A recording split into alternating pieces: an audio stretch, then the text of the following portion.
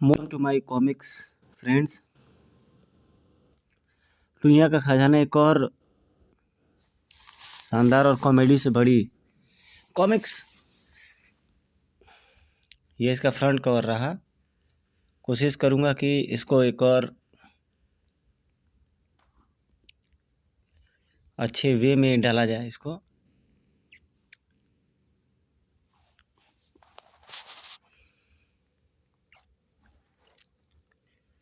क्रूकबॉन्ड और मोटू तफरीह लेने के लिए रूपनगर आए थे। यह चाइना टाउन का क्षेत्र है मोटू। आज हम यहाँ के प्रसिद्ध जादूगर प्रोफेसर पीची टुइया से भेंट करने जा रहे हैं। वेरी गुड, टुइया जी से मैं भी जादू सीखूंगा। टुइया के घर घंटी बजाने पर एक नमूना बाहर निकला। IAS कदरदान श्रीमान पानदान, आप अवश्य ही जादू देखने आए हैं। तुम प्रोफेसर टुइया हो? नहीं जी, मैं उनका जमूरा हूँ। साहब तो घुड़सवारी के लिए गए हैं, कब लौटेंगे? वो देखिए लौटा है। हाँ, यह तो घोड़ा है। ही उसके पीछे साहब भी हैं। अरे मेरे जमूरे, मेरी बंदूक ले आए, इस घोड़े के बच्चे को गोली मार दूंगा। ये नेक काम बाद में करना साहब, पहले इन मेहमानों से निपट लीजिए। हेलो प्रोफेसर, मेरा नाम क्रूकबॉन्ड है और ये मोटू। हम दोनों आपका जादू देखने आए हैं। क्रूकबॉन्ड और मोटू महान जासूस। प्रोफेसर उन दोनों से प्रभावित होकर उन्हें भीतर ले आया। मैं तुम्हें अपना एक खास आइटम दिखाता हूँ। यह जादू मैं ही केवल कर सकता हूँ। क्रूकबॉन्ड और मोटू सांस रोककर देखने लगे। देखो, मैं गिलास में सादा पानी डाल रहा हूँ। अब इस डिब्बे को देखो, खाली है ना? बिल्कुल खाली है। तो अब ये गया पानी का गिलास। होना लुलु लुलु हुलु हुलु हुलु हे। अब सोचकर बताओ कि डिब्बे में छुपे गिलास में क्या चीज़ हो सकती है? पानी। पानी, हा हो पानी। टुनिया, ये बावलापन छोड़कर दिखाओ तो हमें समझ। ये क्या है? दूध है, दूध है। हा। कहकर उसने गिलास उठाया। हुई पानी का पानी। मैंने पहले ही कहा था पानी ही होगा।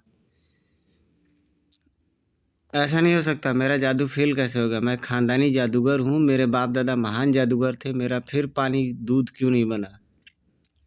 ही हमें लगता है कि तुम नकली जादूगर हो। Shut up and get out. चल मोटू, खोदा पहाड़ और निकला चूहा। प्रोफेसर टुइया उस दिन से अपने घर की लाइब्रेरी में कैद होकर रह गया। अपने पुरखों की लिखी हुई जादू को यह सारी किताबें दोबारा पढ़नी होगी, तभी मैं संपूर्ण जादूगर बन सकूंगा। कई दिनों तक किताबों में सर खपाने के बाद उसके हाथ एक डायरी लगी। उस खजाने का राज जो मैंने चोरी करके छुपा दिया है। आए, ये तो मेरे पिताजी की डायरी है। फला उन्होंने कौन सा खजाना चुराया था? डायरी पढ़ने के बाद वो खुशी से बावला हो गया। उइया, इतना बड़ा खजाना! हा। कुछ देर बाद उसका जोश शांत हुआ, मगर खजाना प्राप्त करने का जो तरीका इस डायरी में लिखा है उसमें बड़ा खतरा है। इसलिए मुझे किसी चालाक और बहादुर आदमी की मदद लेनी होगी। कहाँ मिलेगा ऐसा चालाक आदमी जो बहादुर भी हो? क्रूकबॉन्ड। ये निर्णय करने के बाद उसने एक बार बार में जाके खूब शराब पी। एक पैग और लाओ। हिच, आज मैं बहुत खुश हूँ। 4-6 पैग चढ़ाने के बाद वो टल्ली हो गया। ओए मेरी बात सुनो, मुझे एक खजाने का राज मालूम हुआ है। हिच, मेरे पास एक चीज़ है जो मैं क्रूकबॉन्ड को दूंगा और वो मेरे लिए खजाना ढूंढ लाएगा। हिच। बार में बैठे लोगों ने उसकी बात पे ध्यान ही नहीं दिया। साले को बहुत चढ़ गई है। हे हा। लेकिन बिजूका नामक अपराधी के कान खड़े हुए थे। खजाना। कुछ देर बाद प्रोफेसर टुइया बार से निकला तो बिजूका उसके पीछे लग गया। इससे पता करना होगा कि वह क्या चीज़ है जिसमें खजाने का राज छुपा है। एक गली में उसने प्रोफेसर को रोक लिया। सुन बे चीनी मलाई, मेरा काटा पानी नहीं मांगता। जल्दी से बता, तू किस खजाने की खोज कर रहा था? खजाना। नशे की हालत में भी प्रोफेसर टुइया को खतरे का आभास हो गया था और वह बिजुका की टांगों के बीच से निकल भागा। नहीं बताऊंगा। उश, मेरा काटा पानी नहीं मांगता, खजाने का राज जानकर ही रहूंगा। उसके पीछे दौड़ा वो। उधर क्रूकबॉन्ड और मोटू ऑफिस में मक्खियां मारने में जुटे हुए थे। ठाक, बांड भैया, 30वीं भी मार दी, शाबाश। अब तू 30 खां बन गया है। अगर अब हमारे पास जल्दी कोई केस नहीं आया तो हम दोनों इस दफ्तर में मरी हुई मक्खियों का गोदाम बना देंगे। हाय मोटू, मेरी सातवीं इंद्री बता रही है कि हमारे एक उलझा हुआ केस हमारे इर्द गिर्द घूम रहा है। खटखट, लगता है केस आ गया बांड भैया। दरवाजा खोलने पर पोस्टमैन के दर्शन हुए थे। अबे नत्थू के बच्चे, तुझे किसने कहा था इस समय दरवाजा ठोकने के लिए? हे। कुर्बान जी, आपके लिए एक पत्र लाया हूँ। किसका पत्र है भैया? अबे अकल का अचार, लिफाफा खोलने के बाद ही पता चलेगा किसका पत्र है। लिफाफा फाड़कर उसने पत्र पढ़ना प्रारंभ किया। प्रिय कुर्बान और मोटू, मैं तुम दोनों के नाम और काम से भलीभांति परिचित हूँ, इसलिए तुम्हारी मदद चाहता हूँ। एक बहुत ही मूल्यवान एवं उपयोगी वस्तु मेरे पास है, जिसके कारण अपराधी मेरे पीछे लगे हुए हैं।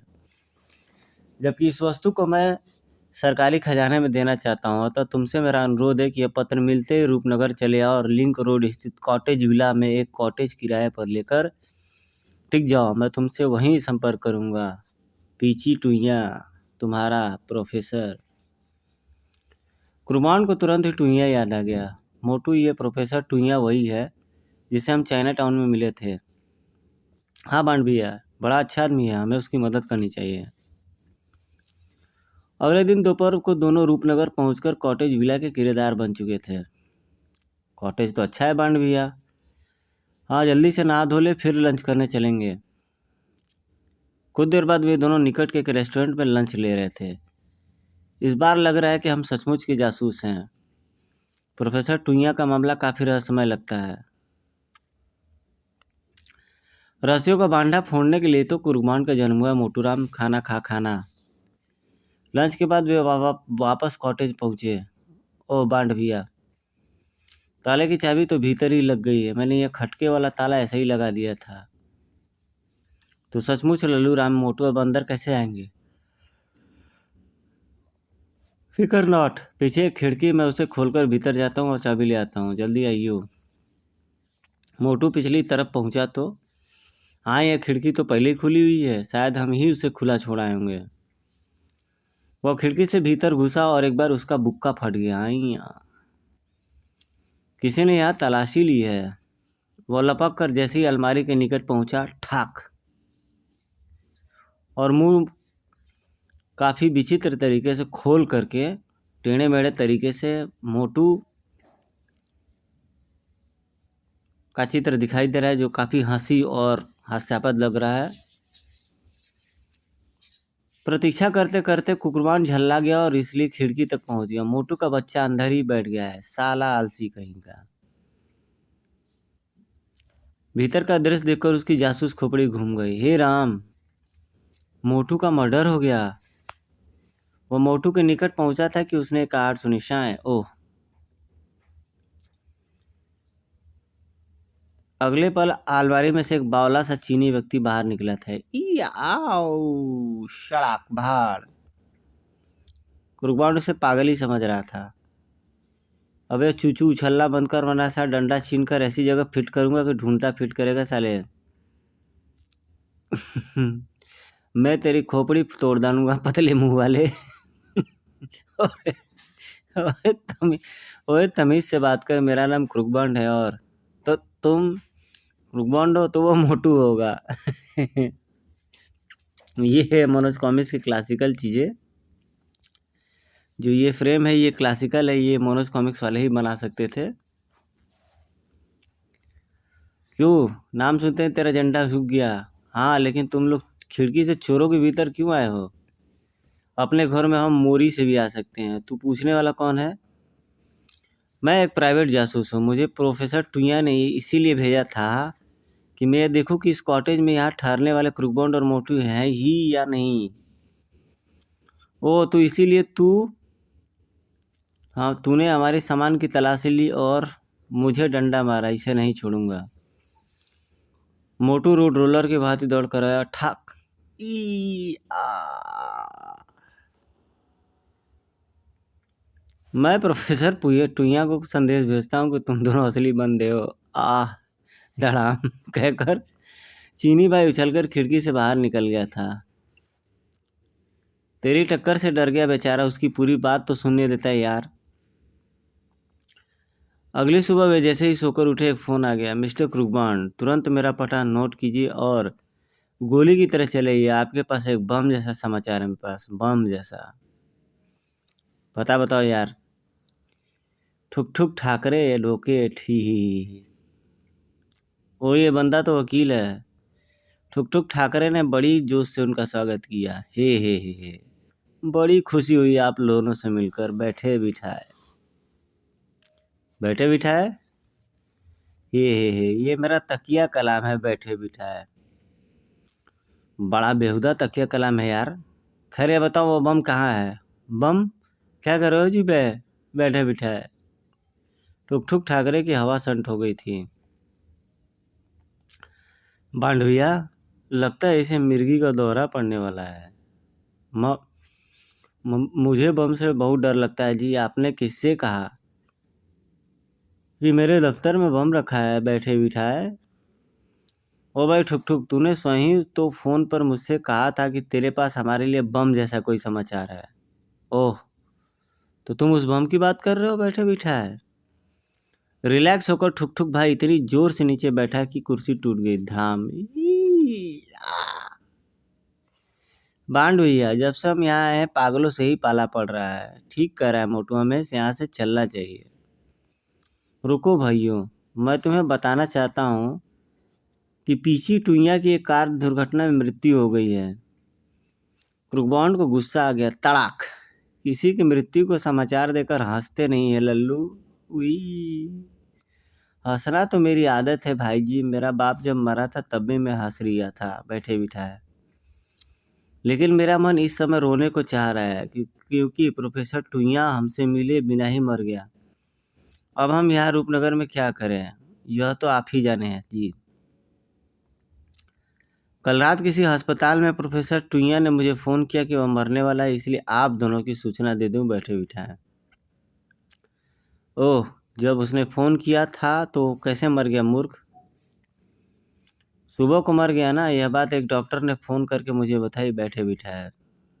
ठीक है, तुम हमें उस अस्पताल का पता और फ़ोन करने वाले को डॉक्टर का नाम बताओ। ये दोनों चीज़ें तो मैं भूल गया हूँ, बैठे बिठाए। जी चाहता है कि मुक्का मारकर तेरी नाक नीचे बैठा दूँ, ठुक ठुक। गुर्र। नाराज़ क्यों होते हो गोलाराम जी? भूली हुई बातें मुझे जल्दी ही याद आ जाती हैं। मैं आपको फ़ोन करके बता देता हूँ। ठीक है, हम तुम्हारे फ़ोन का इंतज़ार करेंगे। वे अपने कॉटेज की तरफ वापस चल दिए। बांड भैया, मेरा विचार है कि हमें अपने घर वापस लौट जाना चाहिए, क्योंकि प्रोफेसर टुइया मर चुका है। अब हमारा यहाँ रुकना बेकार है। नहीं मोटू, मुझे लग रहा है कि प्रोफेसर टुइया की मौत स्वाभाविक नहीं है। इस मामले के पीछे अवश्य ही कोई रहस्य छुपा है, और एक रहस्य हमारे पीछे भी आ रहा है। इस काली वैन को मैंने अपने आते समय भी अपने पीछे लगे देखा था। तभी उस वैन की गति तेज हुई, झुम झुम, और आगे निकलकर उसने रास्ता रोक लिया। धाड़ चर।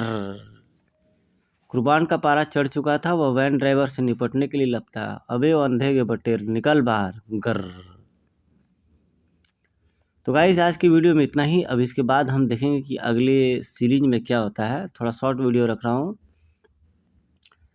शांतार भाई का विशेष शुक्रिया, अक्सर वो कमेंट करते रहते हैं। आप लोग के प्यार और सपोर्ट की बदौलत चैनल काफ़ी आगे जा रहा है।